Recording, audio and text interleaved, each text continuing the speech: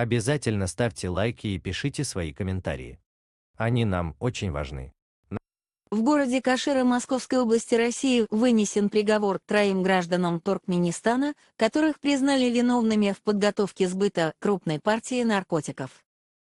Об этом 15 декабря сообщило издание Кашира.ру. Русланг и Давранбек получили по 8 лет лишения свободы, а Бахадыра Селу приговорили к 10 годам. Их признали виновными по статьям УК РФ 30228, 1 покушение на незаконный сбыт наркотических средств. Один из осужденных также признан виновным по статье 264 «Нарушение лицом, управляющим автомобилем, правил дорожного движения, повлекшее по неосторожности причинение тяжкого вреда здоровью человека».